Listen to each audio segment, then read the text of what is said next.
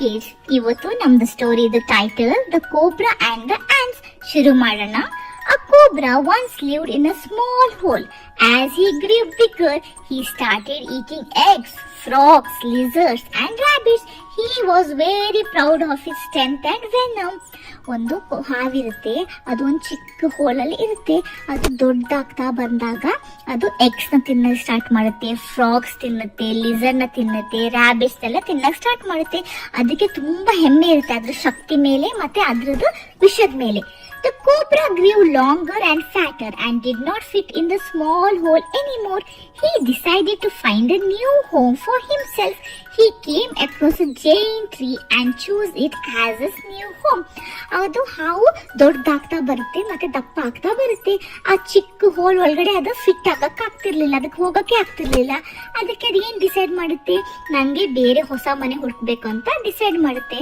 ಅವಾಗ ಅದು ಒಂದು ಮರ ನೋಡುತ್ತೆ, ಒಂದು ದೊಡ್ಡ ಮರನ, ಮತ್ತೆ ಅದನ್ನೇ ಅದ್ರ ಮನೆ ತರ ಅದು ಡಿಸೈಡ್ ಮಾಡುತ್ತೆ, ಇದೇ ನನ್ ಮನೆ ಅಂತ. The cobra saw an anthill near the tree and thought, such an ugly anthill in front of my home, I will demolish it first. ಅದು ಹಾವು ಒಂದು ಏನ್ ಮಾಡುತ್ತೆ ನೋಡುತ್ತೆ, ಆಂಟ್ಸ್ ಅದು ಮನೆ ನೋಡುತ್ತೆ ಅದ್ರದ್ದು ಟ್ರೀ ಮುಂದೆ. ಅದು ಅನ್ಕೊಡುತ್ತೆ, ಇಷ್ಟು ಚೆನ್ನಾಗಿಲ್ದೆ ಇರೋದು ಆಂಟ್ ಮನೆ ನನ್ನ ಮನೆ ಮುಂದೆ ಇದೆಯಾ, ನಾನು ಇದನ್ನ ಡೆಮಾಲಿಷ್ ಮಾಡ್ತೀನಿ ಅಂತ ಹೇಳುತ್ತೆ. He approached the anthill and hissed at the ants, leave immediately or I will kill each one of you. ಅದು ಆಂಟ್ಸ್ ಮನೆ ಹತ್ರ ಬಂದು ಹೇಳುತ್ತೆ, ಇವಾಗ್ಲೇ ಮನೇನ ಬಿಡಿ, ಓಕೆ, ಇಲ್ಲಾಂದ್ರೆ ನಾನು ಒಬ್ಬೊಬ್ಬರನ್ನ ಸಾಯಿಸ್ತೀನಿ ಅಂತ ಹೇಳುತ್ತೆ. The threat angered the ants. Soon thousands of ants came out of the anthill and climbed onto his body. ಅದಕ್ಕೆ ಹೇಳುತ್ತಲ್ಲ, ನೀವು ಇವಾಗ್ಲೇ ಮನೆಯೆಲ್ಲ ಬಿಟ್ಟು ಹೋಗಿ ಅಂತ ಹೇಳೋದಕ್ಕೆ ಆಂಟ್ಸ್ಗೆ ತುಂಬಾ ಸಿಟ್ಟು ಬರುತ್ತೆ. ಥೌಸಂಡ್ಸ್ ಆಫ್ ants, ಸುಮಾರು ಆಂಟ್ ಎಲ್ಲ ಬಂದ್ಬಿಟ್ಟು ಆ ಕೋಬ್ರಾದ ಮೇಲೆ ಬಂದು ಹತ್ತುತ್ತೆ. They stung him all over. ಅದು ಎಲ್ಲ ಆಂಟ್ಸ್ ಅದಕ್ಕೆ ಕಚ್ತಾ ಇರುತ್ತೆ. The cobra started bleeding and died a painful death.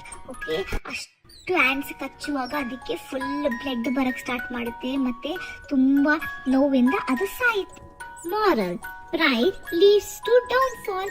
Okay, moral ಏನನ್ನತ್ತಂದ್ರೆ, ಯಾವತ್ತು ನಾವು ಎಲ್ಲದಕ್ಕೂ ತುಂಬಾ ಹೆಮ್ಮೆ ಪಡಬಾರ್ದು. ನಾನೇ ಸ್ಟ್ರಾಂಗ್, ನನ್ನ ಹತ್ರನೇ ಶಕ್ತಿ ಜಾಸ್ತಿ ಇರೋ ಅಂತ ಯಾವತ್ತು ನಾವು ಆ ಥರ ಅನ್ಕೊಳ್ಬಾರ್ದು. ಓಕೆ, ಬೇರೆಯವರು ಚಿಕ್ಕವರಿದ್ರು ಅವ್ರ ಹತ್ರನೂ ಸ್ಟ್ರೆಂತ್ ಇರುತ್ತೆ. ಓಕೆ, ಅವರು ಸ್ಟ್ರಾಂಗ್ ಇರ್ತಾರೆ. ಯಾವತ್ತು ನಾವೇ ಸ್ಟ್ರಾಂಗ್ ಅಂತ ಹೇಳಿದ್ರೆ ನಮ್ಗೆ ಪ್ರಾಬ್ಲಮ್ ಆಗಕ್ಕೆ ನಮ್ದು ಆ ಹೆಮ್ಮೆನೆ ಕಾರಣ ಆಗುತ್ತೆ ಅಂತ ಹೇಳ್ತಾ ಇದ್ದಾರೆ. Thank you for watching. Please subscribe the channel.